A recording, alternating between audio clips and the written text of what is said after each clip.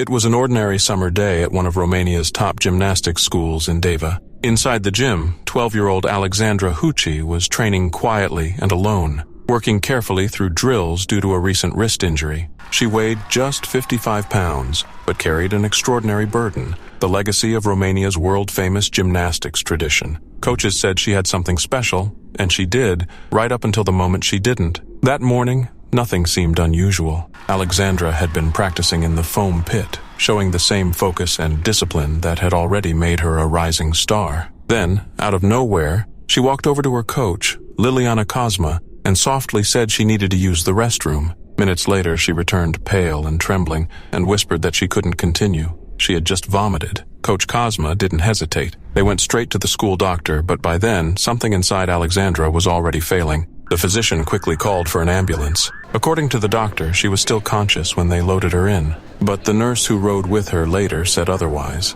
Alexandra was already in a coma. The mystery deepened. There had been no fall, no impact, no outward sign of injury. Something inside her had simply stopped working. She was rushed from the pediatric hospital in Deva to the county hospital's ICU. As her condition worsened, she was airlifted 43 minutes away to the neurosurgery department in Timisoara. Tubes and wires kept her fragile body alive. Around her, flowers and religious icons piled up, gifts from strangers across the country following her story on the news. Romania watched anxiously as updates on her condition were broadcast nightly. Doctors ran every test they could, but the outlook grew grimmer by the hour. Eventually, a neurosurgeon revealed the devastating truth. It wasn't gymnastics that had caused Alexandra's collapse. It was a hidden congenital defect, a malformation in the blood vessels deep in her brain. One of them had ruptured, causing a sudden and massive brain hemorrhage. There was no trauma, no warning, and no time. She had slipped into a third-degree coma, and her brain was slowly flooding with blood. Meanwhile, back in her small village near Faltasini, her parents hadn't even heard what had happened. They had no phone. By the time the news reached them, Alexandra had already been fighting for her life, for hours. She had started gymnastics at age 6, driven, serious, and full of energy. Like many Romanian girls before her, she came from poverty and trained with fierce dedication. She had recently been crowned national champion for her age group and often spoke of her Olympic dreams. "I was very happy when Romania won," she had said in an interview the year before, standing proudly in her leotard. "I don't have time for friends, but I like the gym." She was 12. For 5 days, Alexandra remained in a coma, her small body kept alive by machines. But the spark that had made her so special continued to fade. On August 20th, 2001, she died. There was no dramatic fall, no shouts, no visible injury, just a quiet moment, her whisper to her coach, the pale look in her eyes, and then silence. Alexandra Huci's story still lingers in Romania's gymnastics halls. A young girl who chased gold and glory, undone not by a mistake, but by something no one could ever see. No warning, no chance. On May 25, 1979, Chicago's O'Hare International Airport was bustling as usual, with travelers preparing for Memorial Day weekend getaways. Among them were 258 passengers and 13 crew members aboard American Airlines Flight 191, a McDonnell Douglas DC-10 scheduled to fly to Los Angeles. At first glance, it seemed like any other flight, routine, smooth, and perfectly ordinary. But within moments of takeoff, that sense of normalcy shattered into one of the most devastating tragedies in U.S. aviation history. At 3:02 p.m., Flight 191 began its takeoff roll down runway 32R. Just as the aircraft was lifting off, the left engine suddenly separated from the wing, flipping over the top and tearing away part of the wing's leading edge in the process. To the average observer, it looked like the engine had just peeled off and tumbled away, a deeply unsettling sight that was unfortunately only the beginning. The engine loss wasn't just a matter of thrust. It severed critical hydraulic and electrical systems as well. The aircraft, now crippled and unbalanced, rolled sharply to the left just seconds after liftoff, stalled, and crashed in a fiery explosion into a nearby open field and trailer park. All 271 people on board were killed instantly, along with 2 individuals on the ground. It remains the deadliest aviation accident on American soil, and the images of the smoking wreckage left a haunting impression on the nation. The horror wasn't just in the loss of life, it was in the speed at which everything fell apart, and in the eerie fact that the crash was captured on film by a plane spotter who had been watching from a nearby parking lot. The investigation quickly zeroed in on the engine detachment. Initially, suspicions ranged from bird strikes to manufacturing defects, but the truth was more complex and more unsettling. American Airlines had been using a maintenance shortcut, removing the engine and pylon together as a unit using a forklift rather than separately as recommended. This risky method, although it saved time, put immense pressure on the pylon mount, causing tiny cracks that eventually led to catastrophic failure. Essentially, the engine tore itself away because of a shortcut that had gone unnoticed and uncorrected. The Federal Aviation Administration responded by grounding the entire fleet of DC-10S in the U.S., which caused public panic and massive disruptions. McDonnell Douglas, the aircraft's manufacturer, faced intense scrutiny, even though the fault ultimately lay in maintenance procedures rather than the design itself. The crash of Flight 191 became a defining moment in aviation safety, prompting stricter regulations, tighter oversight, and a renewed emphasis on doing things by the book, especially when lives are at stake. Even decades later, Flight 191 is remembered not just for the tragic scale of its loss, but for how it exposed cracks, both literal and metaphorical, in the system. Memorials have been erected near the crash site, and every year, loved ones gather to honor those who lost their lives in a tragedy that could have been prevented. It's a painful reminder that in aviation, even the smallest shortcut can have the gravest consequences, and that safety is always written in lives, not just regulations.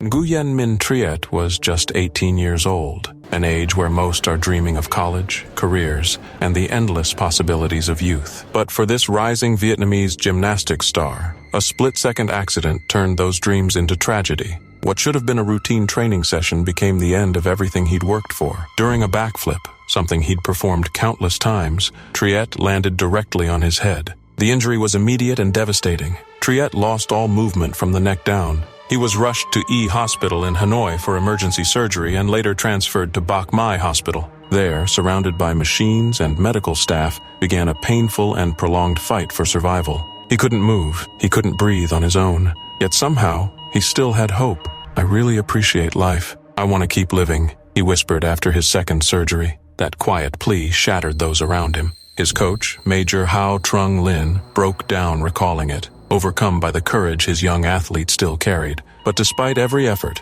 Triet's condition worsened. In April, he was moved to Thon Nan Hospital, where his final days were spent surrounded by his devastated family. On May 9th, 2024, Nguyen Minh Triet passed away. His death sent a shockwave through Vietnam's sports community. He wasn't just an athlete, he was the emotional center of his family. The third of 4 siblings, Triet was a silent provider. His father was retired and working security jobs to make ends meet. His mother was battling cancer. His older brother was too ill to work, and his youngest sister was only 5. Every month, Triet handed over his entire gymnastics salary to help support them, without ever complaining. Even under that immense pressure, Triet trained harder than anyone. Coaches described him as relentless, motivated not by fame, but by the dream of representing Vietnam on the world stage. He began gymnastics at just 7 years old. By 12, he had earned a spot on the national youth team. By 15, he'd already won national titles in the U12 through U15 age groups.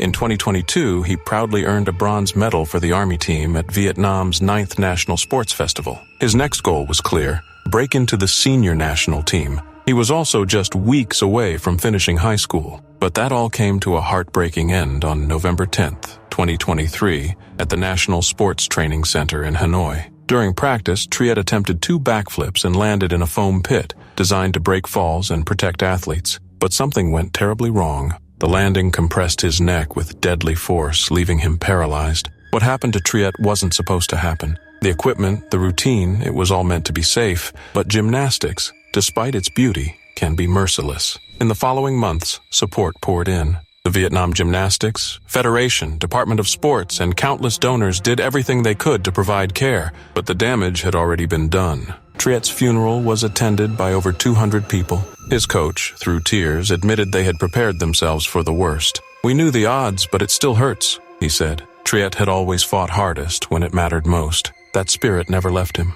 His story is more than a tragedy. It's a reminder of sacrifice, resilience, and the hidden weight young athletes often carry.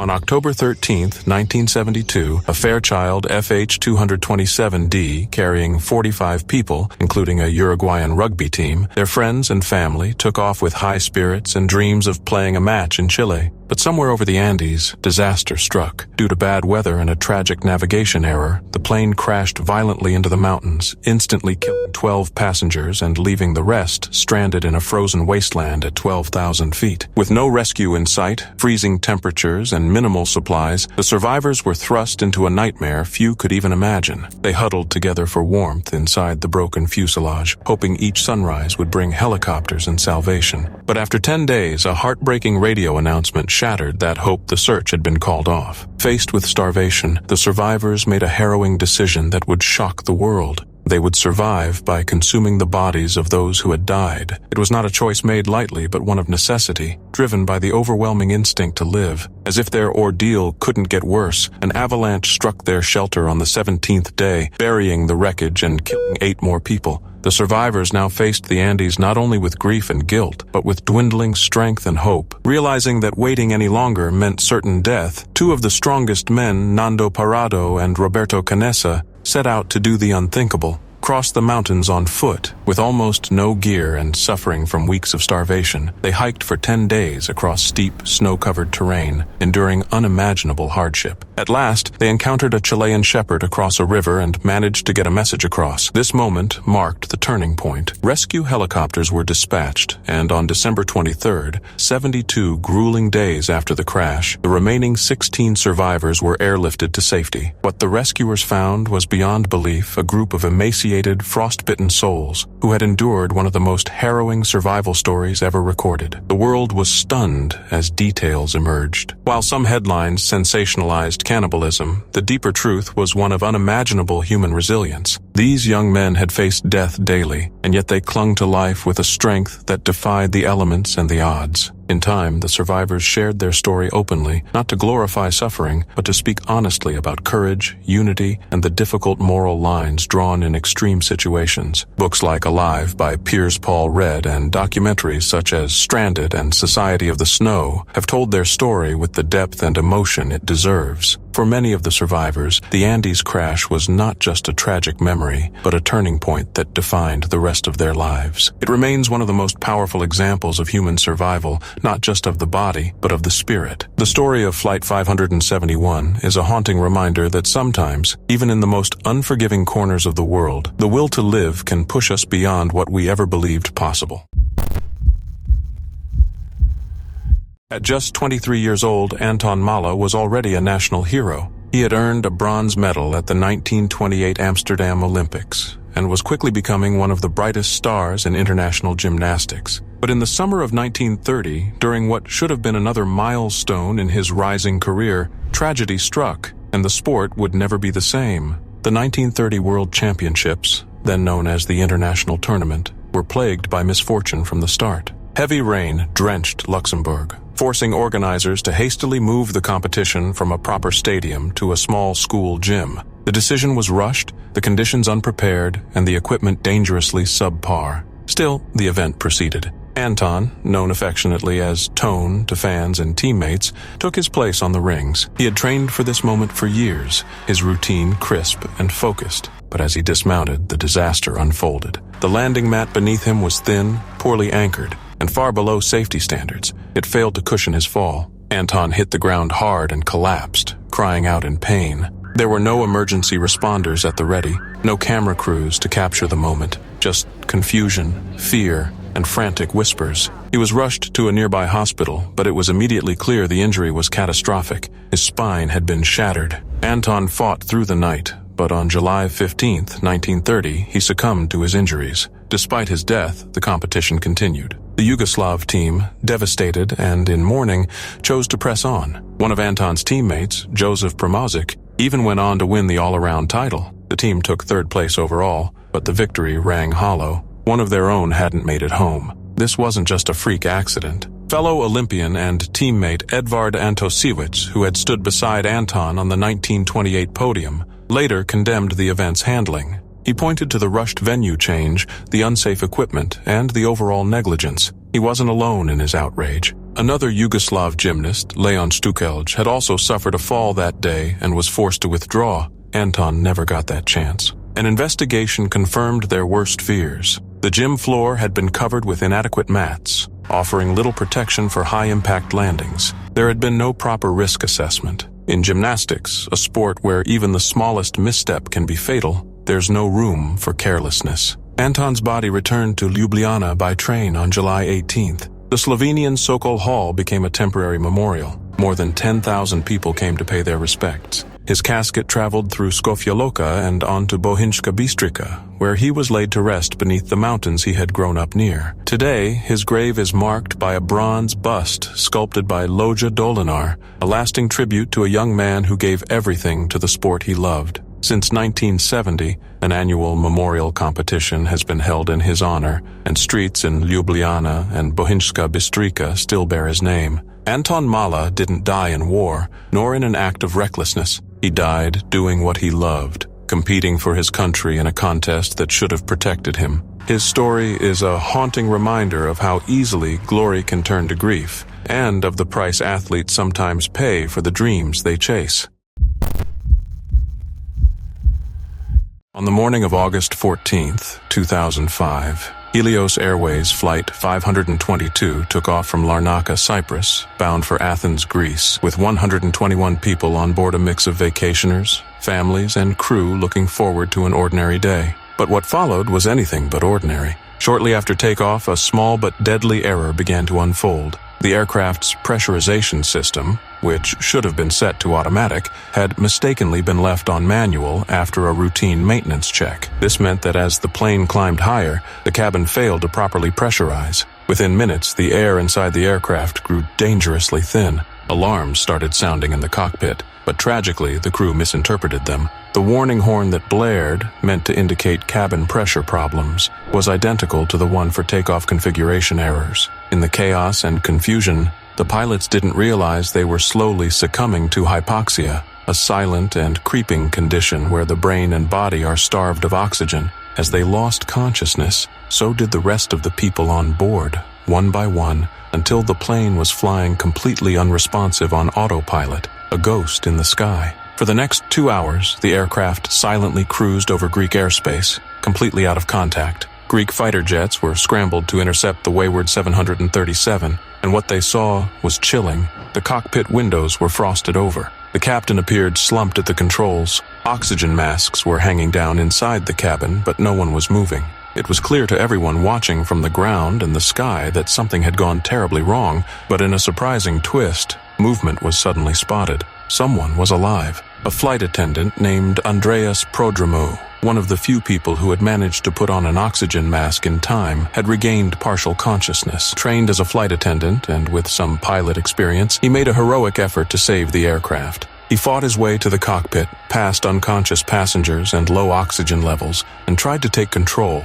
For a brief moment, the plane showed signs of manual input, a last-ditch effort to steer the doomed flight, but sadly, it was too late. With fuel nearly exhausted, the engines flamed out and the aircraft began to descend uncontrollably. At 12:04 p.m., it crashed into the hills near Grammatico, Greece, killing all on board. The investigation that followed uncovered a chain of small but fatal oversights: the switch in the wrong setting, the failure to recognize the hypoxia symptoms, and the confusion caused by identical warning sounds. Helios Airways and its procedures came under intense scrutiny, as did the design of the aircraft's alert systems. One of the most debated issues was how such a preventable technical oversight, a simple switch, could lead to a full-scale aviation disaster. The incident exposed how fragile safety can be when training gaps, mechanical oversight, and human error line up perfectly in the wrong way. In the aftermath, Boeing made changes to cockpit warning systems, and airlines worldwide reviewed pressurization training. But the tragedy of Flight 522 remains a haunting reminder of how silence in the skies can signal something far more sinister.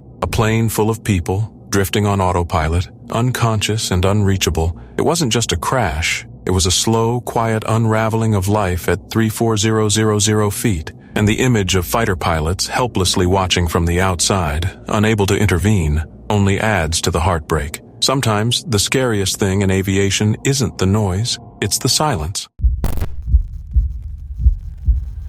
Before Sang Lan had even reached adulthood, she was already a celebrated name in the world of Chinese gymnastics. Her rise was meteoric, standing out in a country known for producing some of the most disciplined and talented gymnasts in the world. At just 14 years old, Sang swept the Jiangxi Province Championships, securing gold in every event. Her performances displayed a rare mix of strength, elegance, and technical precision, qualities typically developed over many more years of training. By the age of 17, she was viewed as one of China's brightest young stars, on the brink of international fame and seemingly destined to represent her country on the Olympic stage. Although she had not yet secured a spot on the Olympic team, it felt like only a matter of time. Sang's future appeared limitless, until one life-altering moment changed everything. In July 1998, Sang Lan traveled to New York City to compete in the Goodwill Games, a major international event. During a warm-up for the vault finals, she prepared for a routine maneuver known as a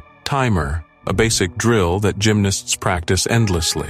There was nothing risky about it, but that day something went terribly wrong. As she sprinted down the runway and launched into the air, she failed to land correctly. Instead, she came crashing down on the mat and remained motionless, staring upward at the arena lights. A stunned silence fell over the crowd. Confusion quickly turned into alarm as medics rushed to her side. She was immediately taken to Nassau University Medical Center, where surgeons performed emergency spinal surgery, including cervical fusion and spinal realignment. The diagnosis was devastating. Her spinal cord had been severely damaged, leaving her paralyzed from the chest down. Sang Lan, once a soaring gymnast full of hope and promise, was now confined to a hospital bed. But despite the crushing blow, she refused to give up. Sang remained in New York for close to a year, undergoing intensive rehabilitation at Mount Sinai Hospital. Her journey was not just about healing her body, it was about coming to terms with an entirely different life. Throughout her stay, she was visited by celebrities such as Leonardo DiCaprio, Celine Dion, and Christopher Reeve, who offered comfort and encouragement.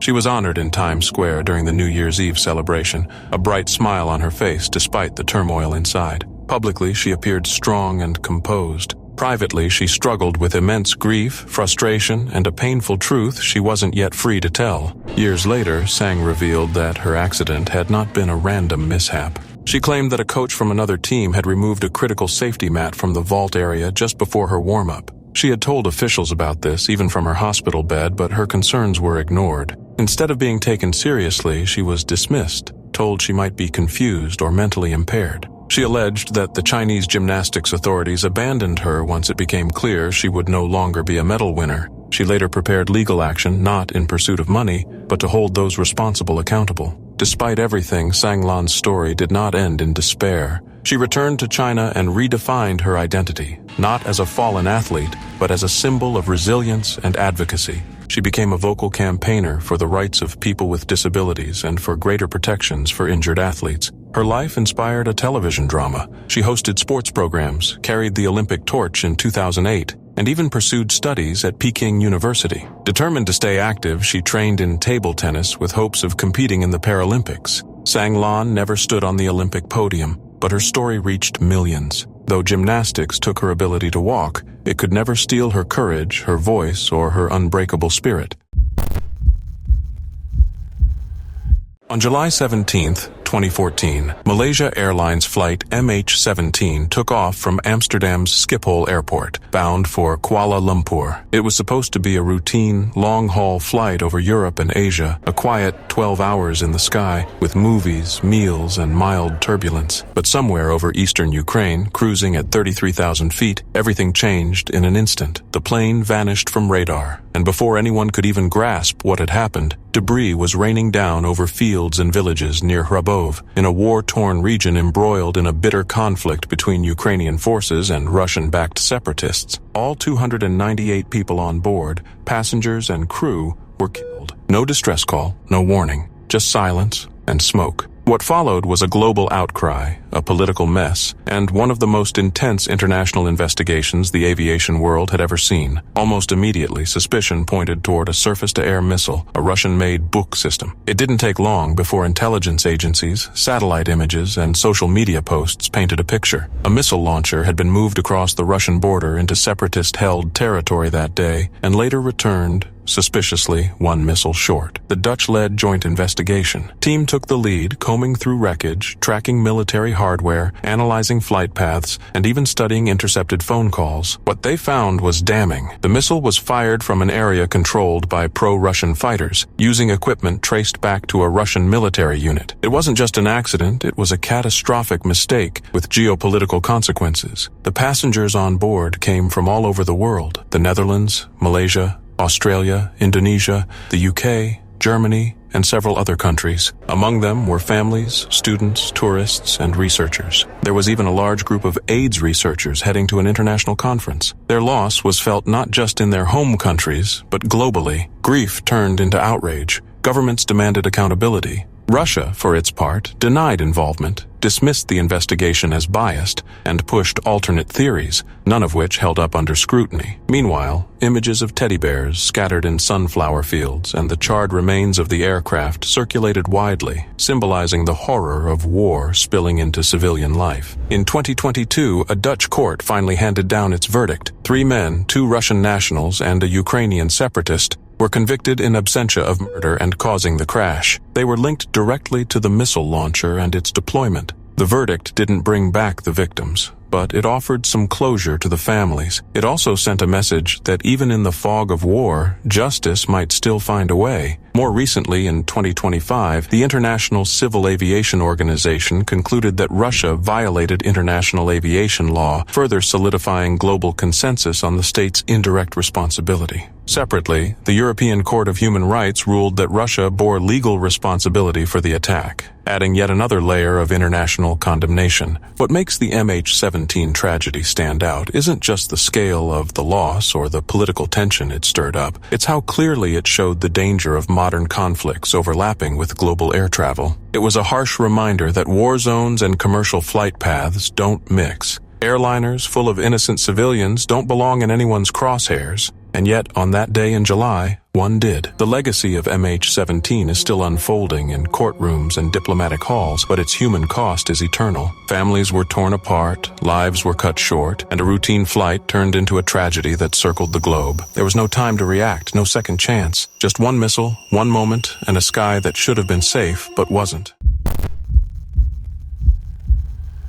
Trevyn Joslin was just 12 years old, joyful, bright, and bursting with confidence. A gifted gymnast and a beloved student at Taverham High School in Norfolk, she had a natural warmth that made every room she entered a little brighter. On March 12, 2014, she walked into gym class like it was any other day, never knowing it would be her last. It was a standard PE lesson, nothing dangerous or out of the ordinary. Kids laughed, stretched, and moved across the gym floor with the usual energy of youth. Near the end of class, students were given the chance to choose their favorite piece of equipment. Trevyn, as enthusiastic as ever, picked the pommel horse. She had already completed a few vaults successfully that day. Everything seemed fine, until it wasn't. As she sprinted toward the apparatus, ready to leap, her right foot caught the edge. It was a tiny mistake, a split-second misstep, but it changed everything. Trevyn lost her balance mid-air and crashed forward, landing face down on the mat. At first, it didn't seem like a tragedy. She looked like she might recover.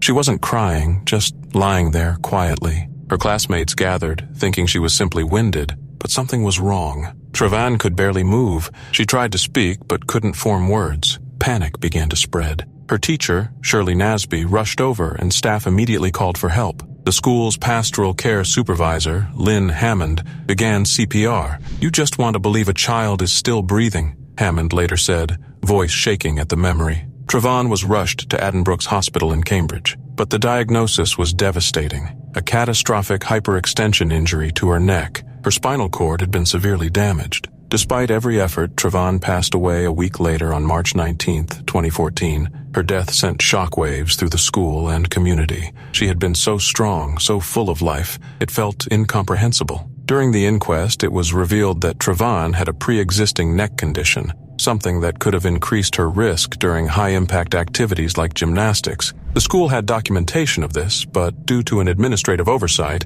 not all relevant staff had been informed. Still, investigators found no negligence or wrongdoing. Nothing reckless had occurred. The heartbreaking truth was that even a healthy child might not have survived the same injury. It was a tragic accident, no one to blame, no one to hold responsible, but that didn't make the loss any easier to accept. Shirley Nasby, the teacher who led the class, remembered Trevyn fondly, her voice cracking as she described her last moments. She was smiling, mid-run, ready to vault toward her future, and then it was gone. Trevyn's parents didn't speak publicly after the inquest. What words could possibly capture that kind of grief? In the aftermath, the school created a quiet garden in her memory with a cherry tree planted in her honor. Head teacher Peter Ware said Trevyn's name is still spoken often by students and staff. She always had a smile on her face, he recalled, eyes lowered. She will be remembered with great fondness. The official ruling was accidental death. But for any parent, any teacher, or anyone who's ever trusted the safety of a school day, it felt like something more, a tear in the fabric of the ordinary that would never fully mend. On December 21, 1988, just days before Christmas, Pan Am Flight 103 was cruising peacefully at 31,000 feet, carrying 259 people across the Atlantic from London to New York. It was a routine transatlantic journey, the kind thousands make each day, with passengers thinking about holiday reunions, business meetings, or just getting home. But that peace shattered in an instant. Without warning, the plane exploded over the quiet Scottish town of Lockerbie, sending wreckage raining down across 845 square miles of countryside. The explosion tore the Boeing 747 apart mid-air, one of the most chilling acts of aviation terrorism the world had ever seen. All 259 people on board were killed instantly, and as the fiery debris slammed into the homes and streets below, 11 Lockerbie residents also lost their lives in a moment that turned their small town into the center of an international catastrophe. The blast was traced to a suitcase bomb hidden inside a tape recorder packed with Semtex plastic explosives, which had been checked onto the plane in Malta, transferred through Frankfurt, and finally loaded onto Flight 103 in London.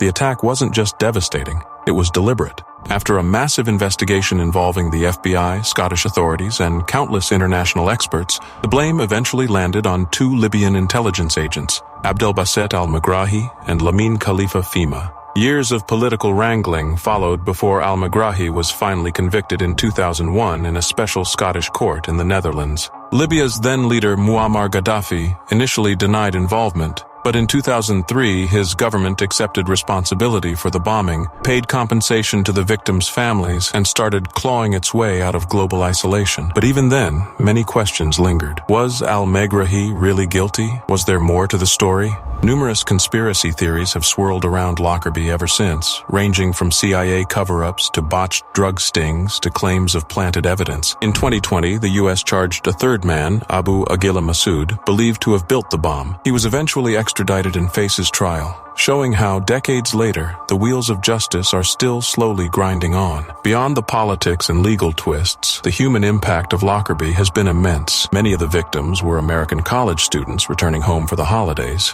including 35 students from Syracuse University. The university has since built a major memorial and scholarship program in their honor, keeping their stories alive. In Lockerbie itself, grief turned into resilience. And over the years, the town has embraced the victims' families as their own, building friendships, holding vigils, and tending memorials that dot the landscape.